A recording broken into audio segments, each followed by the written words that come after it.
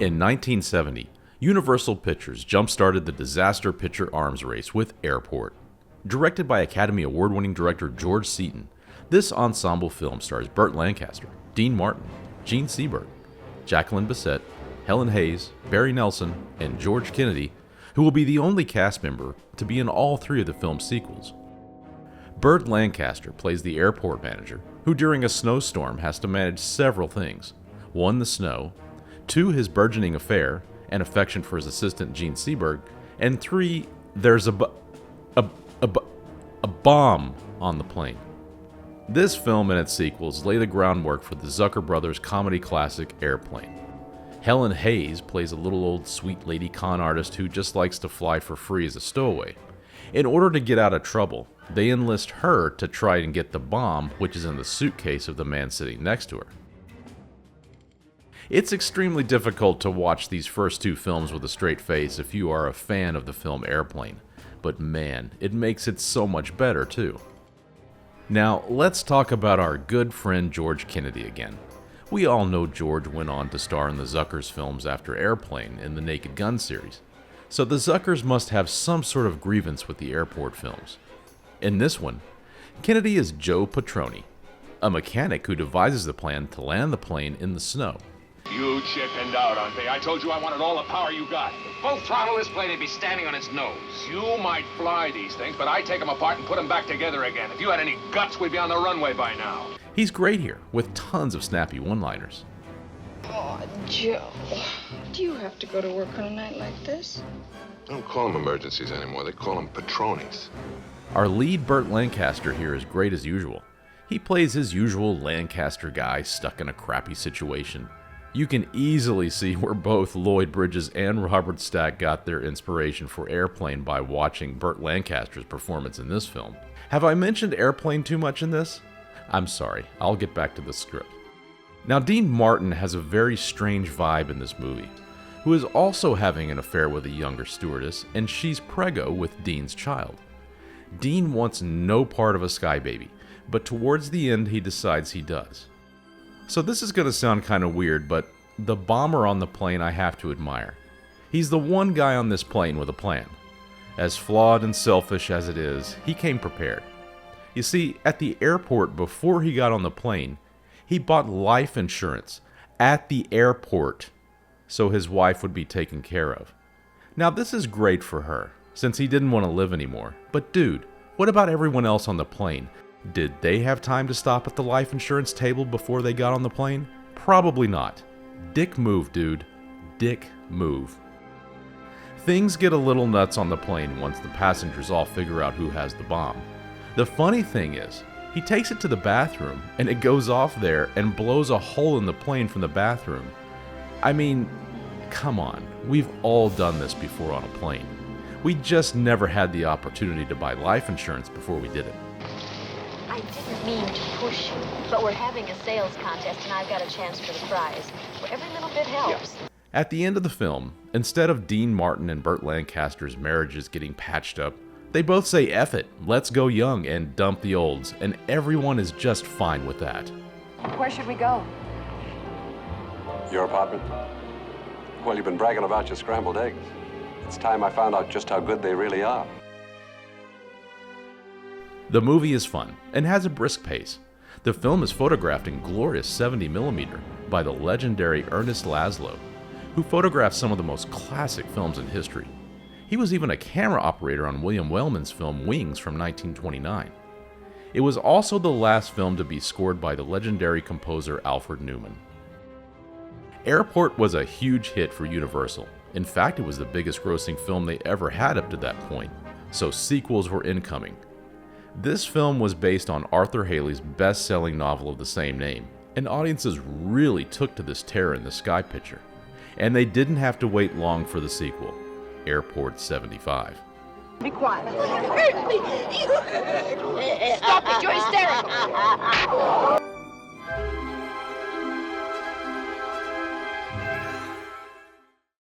In Airport 75, with Burt Lancaster and Dean Martin's characters both concentrating on new love, we enter a whole new slew of characters. Our hero this time is none other than ape connoisseur, Omega Man, and now airplane expert Charlton Heston as Murdoch, and his new hot stewardess flame Nancy, played by Karen Black. I've been on this particular kick for 6 years now. Maybe I'm tired of one-night stands. Baby, I've only got half an hour. Can't we talk it out when you get to L.A.? Linda Blair plays a teen who needs an organ transplant, but loves music more than anything. Eric Estrada plays an extremely horny co-pilot, and Mr. Roper is also here with Ben Stiller's dad. And for reasons that no one can explain, Gloria Swanson plays Gloria Swanson as Gloria Swanson. Yes, and on the way home we did loop-the-loop so that I could see the moon upside down. She's the character from the movie Airplane that tells endless stories about the past. In other words, she's highly annoying. Sid Caesar is also here with Major Sweat Stash, as are some stock nuns that have no sense of humor. I actually like this film better than the original Airport. That might be a hot take, but I like the absurdity of the plot more. In this one, a businessman flying his own private plane has a heart attack and ends up hitting the cockpit of the airliner. The glass breaks and blinds the pilot and sucks out the mannequin co-pilot. Paunch eats the fish as well, leaving Heston's main squeeze Nancy the only one left to fly the plane. Meanwhile, Charlton Heston has plane porn framed in his apartment for some reason. Linda Blair indulges in a musical number, but surprisingly never vomits during it or the flight.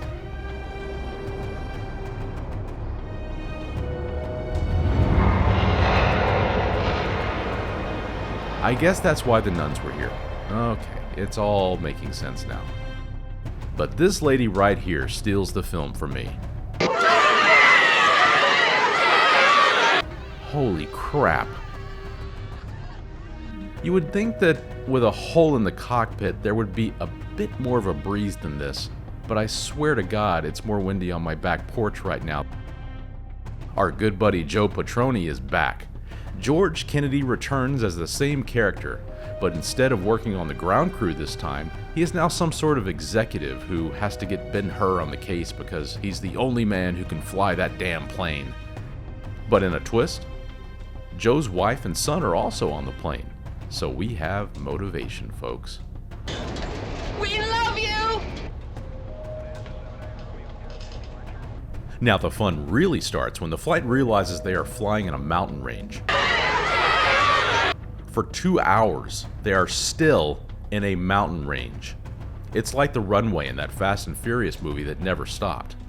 So Taylor, bitch of the apes, decides to take a helicopter and lower a pilot into the small hole in the cockpit to fly the plane. That fails miserably because the NRA didn't do it.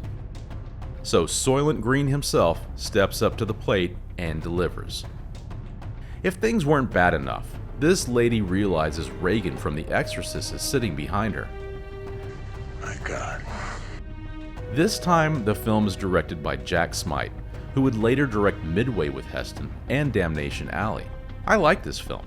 It has a fun vibe to it, and it's the first to kinda not take itself too seriously, but just enough to keep you in suspense. Critics like Pauline Kael were not kind to it, calling it cut-rate swill, but it didn't matter.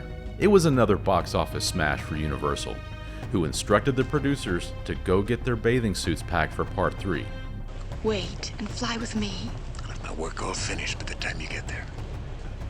I was really hoping we'd have a chance to talk now. Okay.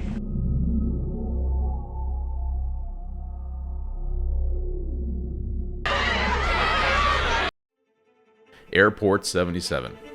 Well, where can we go from here? Two big hits about planes with holes in them. There's only one way to go.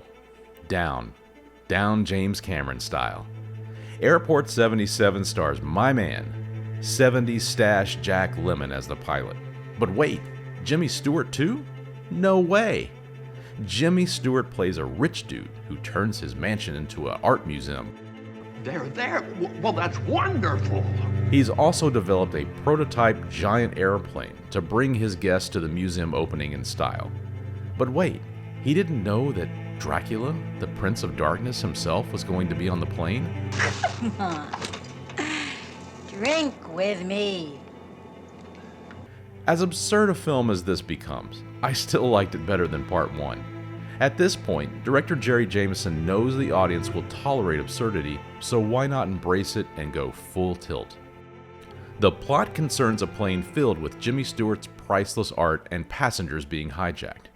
On board are also his estranged daughter and grandson. Jack and his squeeze Brenda Vaccaro are on board and in charge.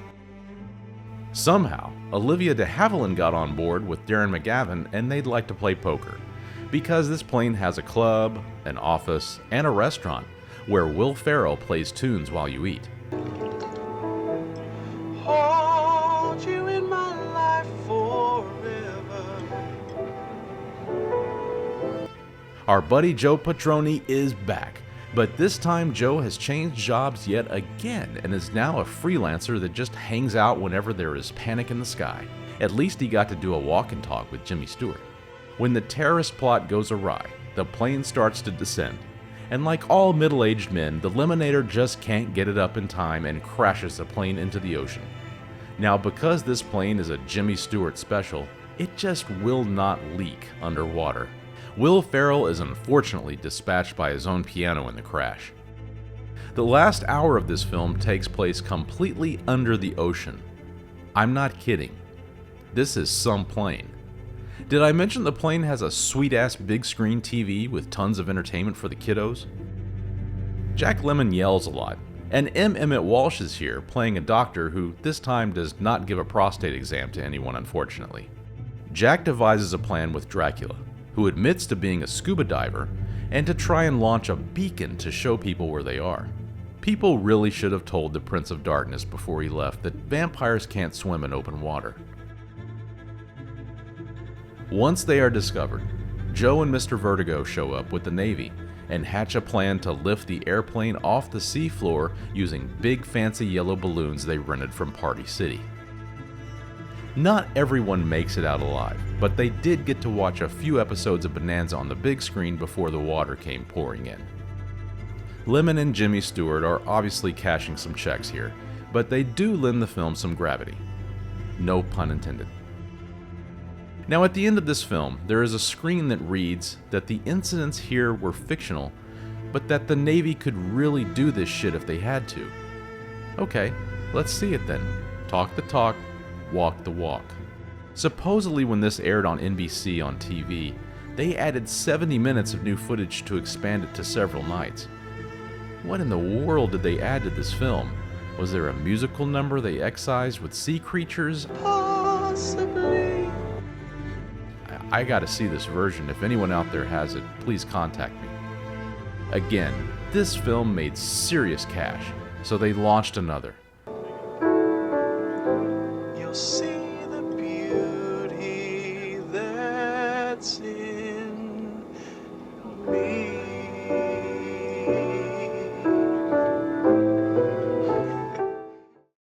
Well, all good things must come to an end.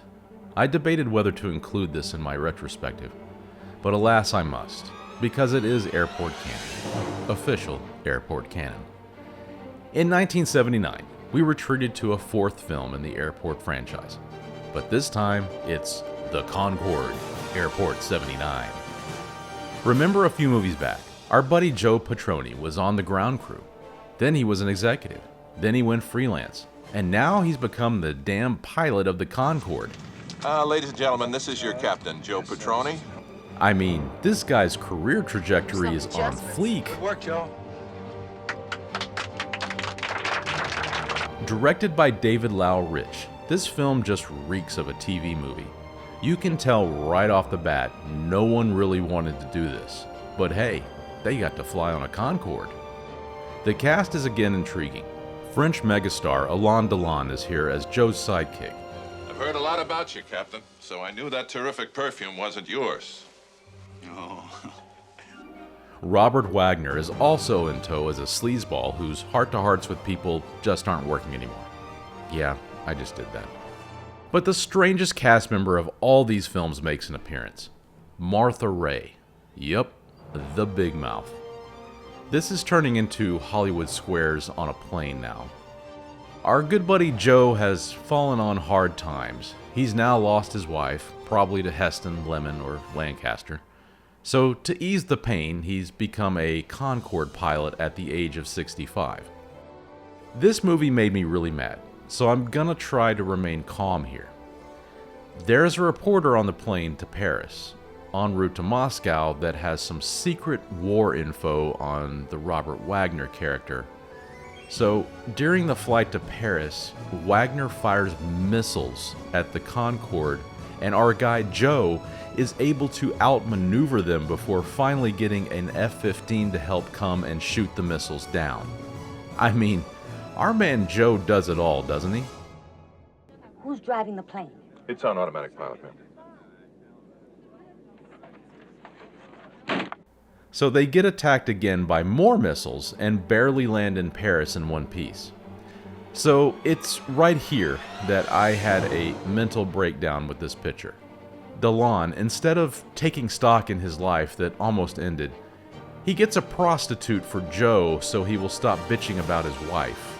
Then the next day, the entire flight crew and all of the passengers get back on the Concorde to go to Moscow. Are you effing kidding me right now? They fired missiles at you yesterday. Ooh-wee. Thing like that could ruin his whole day. This time the plane falls apart on the way to Moscow for some reason, and DeLon remembers that there was a ski slope where he banged a prostitute once that has a nice landing spot for a plane. I mean, come on guys. This is Joe's last stand, and we're just gonna dive into some snow? Wagner has a very serious heart-to-heart with himself, and it doesn't end well. But hey, everyone gets to go skiing at the end instead of eating each other. I enjoyed this franchise all the way until the Concorde. These films are not scientifically sound, but they are fun ensemble movies that have strong leads and supporting characters that are fun to hang with. And more than anything else, this film series gave birth to the greatest comedy film of all time, Airplane. So who can dislike that? We're gonna crash. We're gonna be killed. I know we're all gonna be...